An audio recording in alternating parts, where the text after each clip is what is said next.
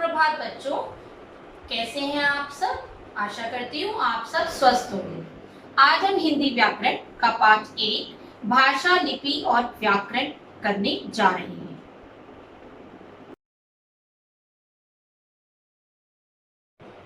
हम सब जो भी सोचते हैं, हमारे मन में जो भी भाव आते हैं, वो हम दूसरों के सामने प्रकट करते हैं बोलकर या लिखकर। तो बोलकर या लिखकर अपने विचारों को प्रकट करना और दूसरे के विचारों को जानना, यह भाषा है। जैसे इस टाइम मैं आपसे बोल रही हूँ, यह एक भाषा का ही रूप है। जब मैं आपसे बोल रही हूँ तो आपको मेरी आवाज आ रही है, यानी ध्वनि। तो भाषा की सबसे छोटी इकाई ध्वनि होती है। तो अपने मन के विचारों को दूसरों के सामने हम लिखकर या बोलकर प्रकट करते हैं। भाषा के दो रूप हैं, एक लिखित भाषा और एक मौखिक भाषा।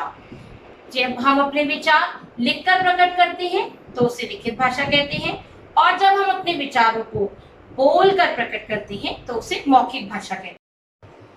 अगला आता है लिपि। भाषा के लिखने के ढंग को, कि भाषा कैसे लिखी जाती है। जैसे आपने देखा है अंग्रेजी भाषा, हिंदी भाषा, पंजाबी भाषा, इन सभी भाषाओं को लिखने का अपना एक ढंग होता है। तो भाषा के लिखने के ढंग को लिपि कहते हैं। व्याकरण, व्याकरण और भाषा का गहरा संबंध है। व्याकरण हमें भाषा को शुद्ध रूप से बोलना, पढ़ना और लिखना सिखाती है। तो आइए पाठ 1 भाषा, लिपि और व्याकरण को विस्तार पूर्वक समझते हैं। आइए सर्वप्रथम हम भाषा की परिभाषा को जानते हैं। भाषा वह माध्यम है जिसके द्वारा मन के भावों और विचारों को प्रकट किया जाता है और दूसरों के भावों और विचारों को जाना जाता है। भाषा के मुख्यतः दो रूप होते हैं, मौखिक भाषा और लिखित भाषा। मौखिक भाषा, जब हम अपने विचारों को मुंह से बोलकर दूसरों के सामने प्रकट करते हैं और दूसरों के विचारों को सुनकर जान लेते हैं, तो यह मौखिक भाषा होती है। जैसे टेलीफोन पर बातें करना, भाषण देना, गाना गाना, यह सब मौखिक भाषा के ही उदाहरण हैं। लिखित भाषा, जब हम अपने मन के विचारों को दूसरों के सामने लिखकर प्रकट करते हैं या उनके विचारों को पढ़कर जान लेते हैं, तो यह लिखित भाषा का रूप है। लिखित भाषा जैसे पत्र लिखना, गृह कार्य करना आदि। आप जानते हैं हमारी राष्ट्रभाषा कौन सी है? हमारे देश में किस भाषा को राष्ट्रभाषा या राजभाषा के रूप में स्वीकार किया गया है?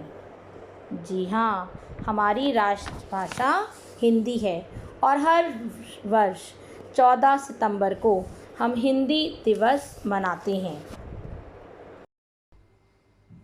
लिपि, भाषा के लिखने के ढंग को लिपि कहा जाता है। अलग अलग भाषाएं अलग अलग लिपि में लिखी जाती हैं। जैसे हिंदी देवनागरी, अंग्रेज़ी रोमन, संस्कृत, मराठी, गुजराती। व्याकरण, व्याकरण और भाषा का गहरा संबंध होता है। व्याकरण वह शास्त्र है जिसके द्वारा हम किसी भाषा को शुद्ध रूप से पढ़ना, लिखना और बोलना सीखते हैं।